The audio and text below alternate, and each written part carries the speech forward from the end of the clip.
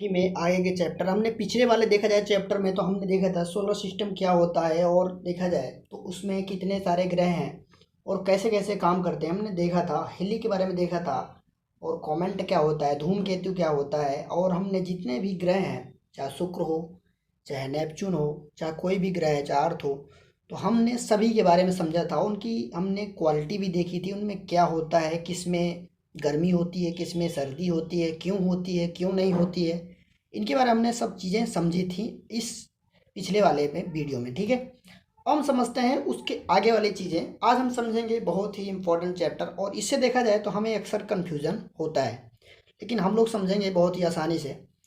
तो जैसे मान लो आप लोग सबसे पहले देखते हैं कि पृथ्वी का घनत्व इसमें लिखा है कि पृथ्वी का घनत्व जो होता है तो 5.5 ग्राम प्रति सेंटीमीटर क्यूब होता है। ठीक है, लेकिन इसमें कैसे होता है, देखो मान लीजिए हम जब पृथ्वी का जब मिट्टी का पृथ्वी की जो सॉयल है, मिट्टी है, उसको जब नापेंगे तो उसका जो वजन होता है तो 5.5 ग्राम प्रति सेंटीमीटर क्यूब होता है। ठीक है, लेकिन कैसे, जैसे मान लो ये हो गया 1 और ये हो गया 1 ठीक है, मतलब ऊंचाई लंबाई हो गई, ऊंचाई हो गई, चौड़ाई। तो इसको जैसे मान लो एक डिब्बा होगा, उसके डिब्बे में मतलब सब उसकी गहराई भी 1 है, 1 सेमी है, और उसकी ऊंचाई भी 1 सेमी है, और चौड़ाई भी 1 सेमी है। ठीक है, तो उसको जो उसके अंदर कोई भी मिट्टी का जो सॉयल भरेंगे पृथ्वी की, तो उसका जो वजन होगा तो उसका वजन होगा 5.5। तो इसको बोलते हैं पृथ्वी का घनत्व। ठीक है, आई होप आपको समझ में आया होगा। अब हम समझते हैं, जैसे मान लो हमारी जो पृथ्वी है, तो पृथ्वी में एक कंडीशन है कि पृथ्वी की जो मतलब पोल है, आपको पोल तो पता ही है, ये नॉर्थ पोल हो गया है, साउथ पोल हो गया, तो इसकी जो पोल है तो इसके पोल की जो लंबाई है, इसकी जो पोल की लंबाई है ध्रुवों की, वो 12,714 है। ठीक है, लेकिन इसकी जो ये हो गया इक्वेटर, ठीक है, तो मतलब ये जो इक्वेटर है, ठीक, ब्लैक ब्लैक, तो इसकी जो मतलब लंबाई है, तो इसकी जो है, तो ये आपका हो गया विषुवत रेखा बोलते हैं, तो इसको बोल देते हैं 12,756 है। लेकिन अगर जो बहुत टाइम पे कभी कभी हमारे एग्जाम में ऐसा भी आ जाता है कि इसमें क्या चीज़ है कि मतलब इनकी जो डिस्टेंस है तो कितनी है, तो इनको जब घटाते हैं तो घटाने पे आता है 42 या 43 आता है, और टोटल देखा जाए तो 42.3 आता है। ठीक है, तो इसमें एग्जाम में कभी कभी आ जाता है, तो इसको आपको ध्यान में रखना है, ताकि जो एग्जाम में आ जाए तो आपको पता होना चाहिए कि ये कहाँ की क्या पूछ रहा है। ठीक है, ये चीज़ें पता हो गई। अब हम समझते हैं भाई कि हमारी पृथ्वी झुकी तो है, लेकिन कितनी झुकी है और कैसे हम समझ सकते हैं आसान तरीके से। ठीक, तो हमारी पृथ्वी क्यों झुकती है हमेशा, क्योंकि जब हमारे पृथ्वी में बाहर से कोई भी उल्का पिंड आते हैं तो गिरते हैं, तो उनमें वजन तो होगा ही, वजन होगा, तो हमारी पृथ्वी कोई भी ग्रह हो वो धीरे धीरे झुकता है। ठीक है, तो इसलिए हमारी पृथ्वी देखा जाए पहले जब शुरू में जब हमारी पृथ्वी जब करोड़ों साल देखा जाता है जियोग्राफी में, तो करोड़ों साल से मतलब होता है कि जब भी हमारी पृथ्वी पहले थी तो पहले सीधा थी, लेकिन जैसे जैसे मतलब उल्का पिंड आए धीरे धीरे आते गए तो इसमें झुकावट हो गई। तो इस टाइम पे अगर देखा जाए तो अगर जो हम ऐसे सीधा सीधा देखें, अगर जो हम सीधा सीधा इसको देखें, तो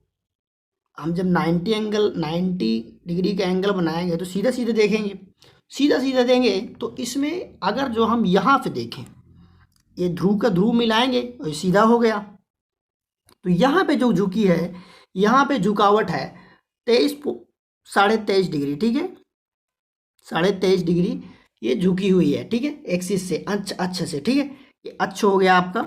इससे देखा जाए तो 23.5 डिग्री झुकी हुई है। अगर जो यहीं पे अगर जो मान लो ऐसे देख लिया जाए तो यहाँ पे कितनी झुकी है, तो इसमें जो झुकी हुई है आपकी पृथ्वी, तो ये आपकी होती है 66.5 डिग्री। ठीक है, यानी 66.5 डिग्री ये झुकी हुई है, और इसको बोल देते हैं आपका प्लेन, यानी तल से। अगर जो कोई पूछे कि तल से हमारी पृथ्वी कितनी झुकी है, तो आपको पता होना चाहिए कि जो अगर जो तल से पूछे तो ये आपका यहाँ से 66.5 हो गई, और जो ऊपर से हो गई यानी जो अच्छे से हो गई तो यहाँ से देखा जाए तो ये आपकी 23.5 डिग्री झुकी हुई है, आपको इतना ध्यान में रखना है। ठीक है, ये चीज़ जो आया हो आपको समझ में आ गई होंगी।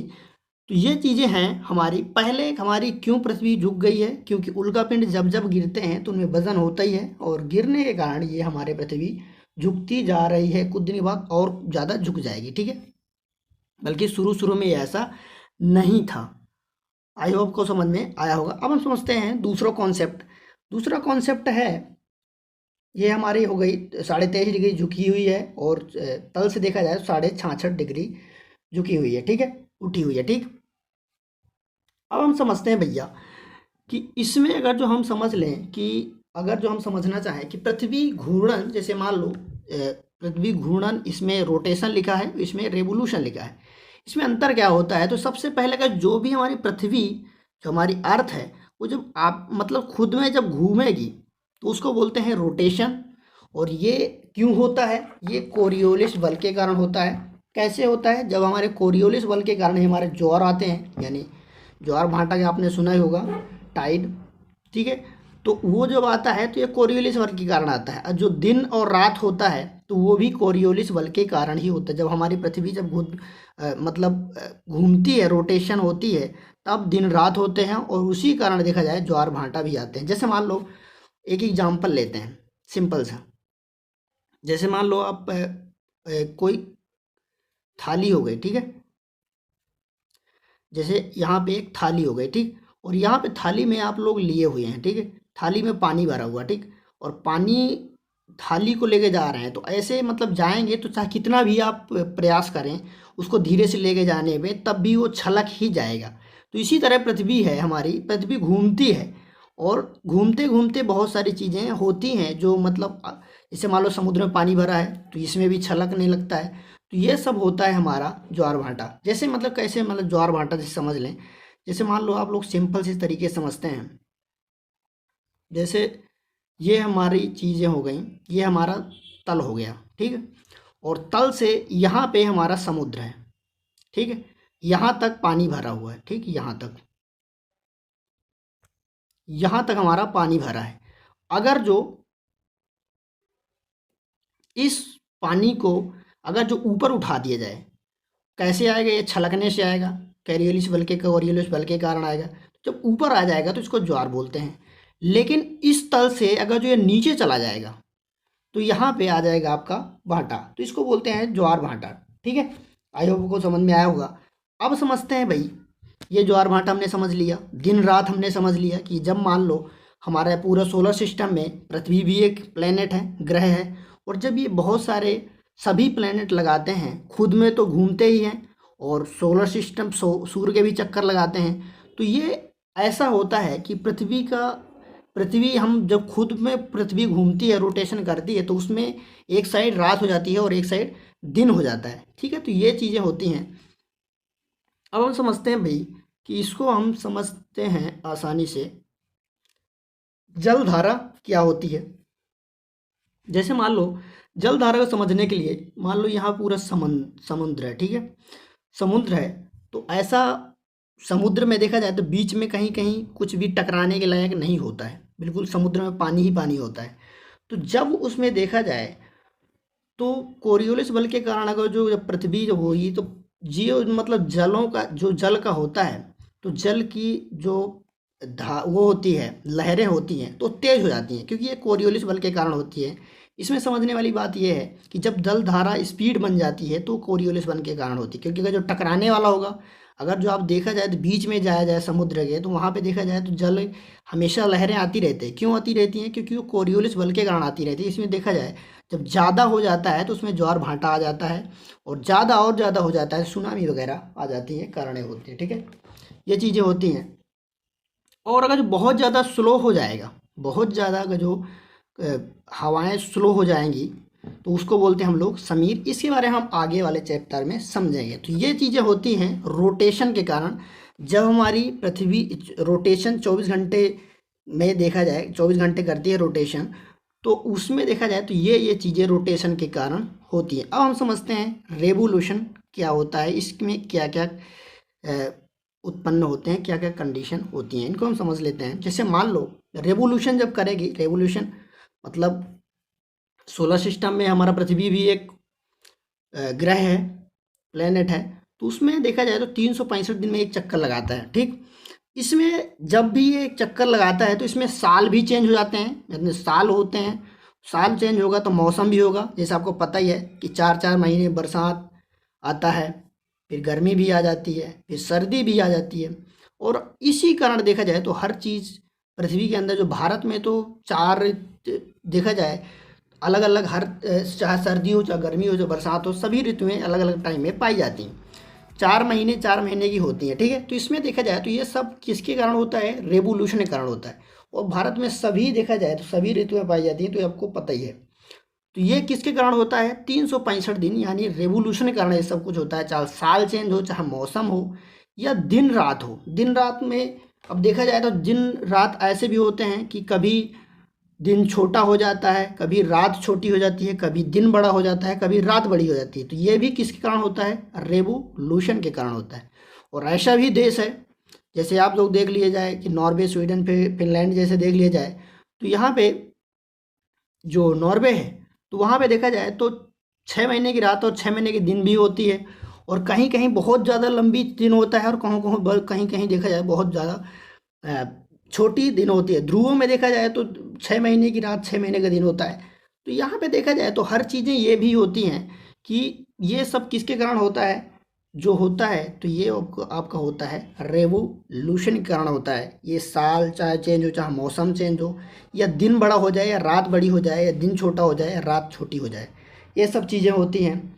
और ये चीज़ें आपकी हो गई हमारी अर्थ से संबंधित जो चीज़ें हों समझनी थी। अब हम समझते हैं भाई, आपने देखा था कि पिछले वाले हमने वीडियो में देखा था कि पृथ्वी जब सन के चक्कर लगाती है, सूर्य के, तो जब हमारा हमारा जो भारत जब दूर रहता है सन से, तो हमारी पृथ्वी, हमने ऐसे समझा था, जैसे मान लो हमने ऐसे समझा था कि जब यहाँ पे सन था, ठीक, और जब हमारी पृथ्वी इधर रहती थी तो हमारा भारत इधर आ जाता था घूम के, क्योंकि हमारी पृथ्वी से झुकी हुई है, तो हमारा भारत इस साइड आ जाता था। तो इसकी जो किरणें पड़ती थी सन की, तो हमारे भारत पे नहीं पड़ती थी। तो इसलिए देखा जाए तो यहाँ पे देखा जाए तो यहाँ पे हमारे जो सर्दी पड़ती थी। लेकिन यही जब पृथ्वी जब घूम के इधर आ जाती थी और यहाँ पे आ जाती थी, तो उस टाइम पे ऐसे झुका रहता था, तो भारत हमारा इधर आ जाता था। लेकिन दूर होने के कारण भी यहाँ गर्मी पड़ती थी। तो इसके कारण देखा जाए तो ये चीज़ें हमारे पृथ्वी और हमारे चंद्रमा के साथ भी होता है। उसको क्या कहते हैं, किस नाम से जानते हैं, उसको थोड़ा हम लोग समझ लेते हैं, ठीक है। जैसे मान लो जब हमारी पृथ्वी होगी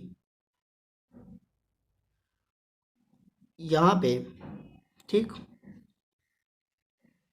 यहाँ पे आपकी पृथ्वी हो गई और यहाँ पे आपकी चंद्रमा हो गई, मून हो गई, और यहाँ पे हो गई, ठीक है। लेकिन जब पास में होगी तो ये बड़ी दिखेगी ही दिखेगी, जब दूर होगी तो छोटी दिखेगी। लेकिन इसका जो कितना भाग देख पाते हैं हम लोग, 59%, ठीक है। इसका हम टोटल 59% भाग देख सकते हैं। और जो पास में होता है तो इसको हम लोग बोल देते हैं सुपर मून, ठीक है, सुपर मून बोल देते हैं। और इसका टोटल भाग का, जो मून का हम टोटल भाग का हम लोग 59% देख पाते हैं। इसीलिए आपने देखा होगा कि हमारे जब देखा जाए तो चंद्रयान 2 जब लॉन्च हुआ था, तो आपने देखा होगा कि उसमें न्यूज़ में आपने सुना भी होगा, जो गौर किया होगा, कि वो बोल रहे थे, सभी साइंटिस्ट बोल रहे थे इसरो के, कि हम लोग अपने इस से जो भी हमारा ये लॉन्चर है, तो इसको हम लोग चंद्रमा के पीछे साइड उतारेंगे, जहाँ पे अभी तक किसी देश ने अपने सैटेलाइट या कोई भी अपना ऐसा सिस्टम नहीं उतारा है, लैंड नहीं किया है, जहाँ की खोज की गई हो अभी तक। तो इसमें देखा जाए तो यही चीज़ें हैं कि मतलब 59% हम देख पाते हैं चंद्रमा को, और बाकी चीज़ नहीं देख पाते हैं, ठीक है। तो ये चीज़ें हो गई। अब हम समझते हैं भाई कि ये चीज़ें तो हो गई कि सुपर मून इसको बोलते हैं, जब हम जिस पास में होगा इसको देख पाते हैं, ठीक। अब हम समझते हैं नेक्स्ट चीज़, ठीक है। अब हम समझेंगे भाई कि मून को जब हम अगर जो स्टडी करना चाहें, आप देखते हैं कि अलग अलग टाइम में जैसे देख लिया जाए तो अमावस्या भी होती है, पूर्णिमा भी होती है, और भी तरह तरह नामों से हम जानते हैं। गाँव में तो अलग अलग नाम से जानते हैं, लेकिन हम लोग अगर इसको स्टडी कर रहे हैं अगर जो मून की, तो इसको हम क्या बोलेंगे, तो इसको हम बोलते हैं सेनोलॉजी। ठीक है, स्टडी ऑफ मून को क्या बोलते हैं, सेनोलॉजी। ठीक है, लेकिन अगर जो हम ये समझना चाहिए कैसे कैसे होता है इसमें, आधा चंद्रमा का जो देखा जाए तो आधा चमकता है और पूरा चमकने लगता है, कभी कभी बोल देते हैं पूर्णिमा हो गया, कभी कभी बोल देता है कि ये अमावस्या हो गई, कैसे होता है, तो इसको हम समझते हैं। जैसे मान लो सिंपल से कि यह हमारा सन हो गया, ठीक है, आपको पता ही है। अब यहाँ से हमारी किरणें आ रही हैं, ठीक, यहाँ से किरणें आ रही हैं, तो हमारी जो पृथ्वी है ये पृथ्वी हो गई और ये हमारी चंद्रमा हो गई। लेकिन जब यहाँ से किरणें आएंगी, तो जब किरणें यहाँ से पड़ेंगी सूर्य की पृथ्वी चंद्रमा पे, तो किधर पड़ेंगी, इस साइड पड़ेंगी। और हम इधर पृथ्वी पे हैं और पृथ्वी पे हैं, तो हमको कौन सा पोर्शन दिखाई देगा, ये वाला पोर्शन दिखाई देगा। तो हमको जब ये पोर्शन दिखाई देगा तो इधर के कारण हम देख लेते हैं कि भाई चंद्रमा है ही नहीं। और कभी कभी ये क्या होता है कि चंद्रमा और पृथ्वी और सन तीनों जो हैं एक डायरेक्शन में आ जाते हैं, बिल्कुल सीधे में आ जाते हैं। तो सन तो इतना बड़ा ही है, तो क्या होता है कि इसकी मतलब जो प्रकाश होता है तो सन जो होता है ढक जाता है शीत के कारण, और उसके उसी के कारण देखा जाए तो हमारे जो सूर्य ग्रह हो जाता है उसी के कारण होता है। लेकिन हमेशा ये देखा जाए शीत में नहीं रहता है, इसलिए देखा जाए तो हमेशा सूर्य ग्रहण नहीं होता है। लेकिन सूर्य ग्रहण और चंद्र ग्रहण में इतना अंतर है, बहुत अंतर है। और अगर देखा जाए सूर्य ग्रहण बहुत कम टाइम के लिए होता है, बल्कि चंद्र ग्रहण जब होता है तो बहुत लंबे टाइम के लिए होता है। उसको हम समझेंगे जब उसके बारे में समझेंगे, ठीक है। लेकिन आज हम समझ लेते हैं चंद्रमा के बारे में कि कैसे कैसे होता है। जैसे मान लो चंद्रमा हमारा धीरे धीरे यहाँ से हुआ, आपको पता ही है कि पृथ्वी के चक्कर लगा रहा है, ठीक, ऐसे हुआ। तो अब जब यहाँ से प्रकाश यहाँ पड़ेगा तो इधर का पोर्शन दिखेगा। अब हमारी टेढ़ी हो गई पृथ्वी, तो यहाँ से देख पाएगी तो इतना पोर्शन दिखेगा, ठीक है। अब जब यहाँ से हो जाएगा तो यहाँ पे आएगा तो आधा दिखेगा, फिर हमारे पृथ्वी देखेगी, पृथ्वी से हम लोग देखेंगे तो इतना दिखेगा।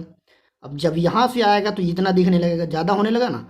अब जब यहाँ से आ जाएगा, यहाँ पे आ जाएगा तो इसका आधा पोर्शन दिखेगा, तो हमें लगेगा कि भैया पूर्णिमा हो गई, ठीक, समझ में आया। तो यहाँ पे आने पे हमारी पूर्णिमा हो जाती है, बल्कि जब यहाँ पे होगा तो ये आपका अमावस्या रहती है, ठीक।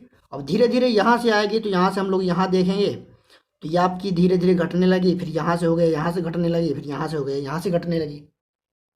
इसमें देखा जाए तो यहाँ से लगा के ये आधा काम यहाँ से लगा के यहाँ तक में हमको आधा यानी 14 दिन लगते हैं, 14 डेज लगते हैं, ठीक है। और यहाँ से लगा के यहाँ तक में हमको 14 डेज लगते हैं। तो ये चीज़ें होती हैं, देखा जाए तो पूरा टाइम लगता है जो चंद्रमा के आने जाने का टाइम, तो इसमें लगता है 28 दिन। तो इसके हिसाब से समझ लेते हैं कि जो मतलब हमारे चंद्रमा का जो महीना मंथ होता है कितने दिन का होता है, 28 डेज का होता है, यानी 28 दिन का होता है, ठीक है। तो यहाँ से जाने के बाद धीरे धीरे पूर्णिमा हो जाएगी और यहाँ से जाने के बाद धीरे धीरे अमावस्या हो जाएगी, ठीक है।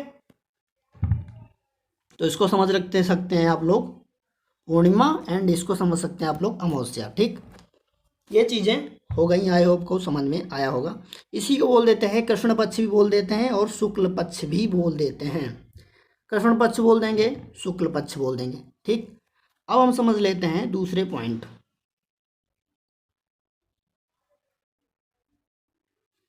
ठीक।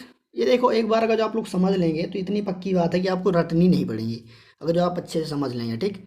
अब हम समझ लेते हैं कि भाई कितने दिन का था चंद्रमा का, 28 डेज का था, 28 डेज का था। अब 28 डेज के हिसाब से चंद्रमा में जितनी भी चंद्रमा से संबंधित त्यौहार जो भी चीज़ें होंगी भाई, बाकी तो हम लोग जो ही चीज़ें समझते हैं तो 30 दिन के हिसाब से समझते हैं नहीं समझते, तो 30 दिन के से समझते हैं। अब 28 दिन के हिसाब से किसके हिसाब से, चंद्रमा के हिसाब से समझेंगे। तो इसी कारण देखा जाए तो जो चंद्रमा के हिसाब से हम लोग त्यौहार जो भी सेलिब्रेट करते हैं, चाहे करवा चौथ हो औरतों का, चाहे जिसका भी जो भी हो चंद्रमा संबंधित, मुस्लिम के त्यौहार अक्सर देखा जाए तो ज़्यादातर लगभग शायद चंद्रमा से संबंधित ही हैं, तो उनकी जो वो है टाइम है तो वो घटता जाता है। इसलिए देखा जाए तो मुस्लिम्स में जो त्यौहार हैं तो उनकी देखा जाए टाइम किसी पिछले साल जैसे मान लो कोई भी त्यौहार जनवरी में रहा होगा, तो उसके बाद में इस साल में जैसे मान लो कोई फरवरी में आ जाएगा वही त्यौहार। और बल्कि हिंदुओं में जो होता है तो हिंदुओं में क्या हुआ करता है कि 28 दिन के साथ में है तो ये, लेकिन उसमें बीच में एक मलमास भेड़ दिया जाता है।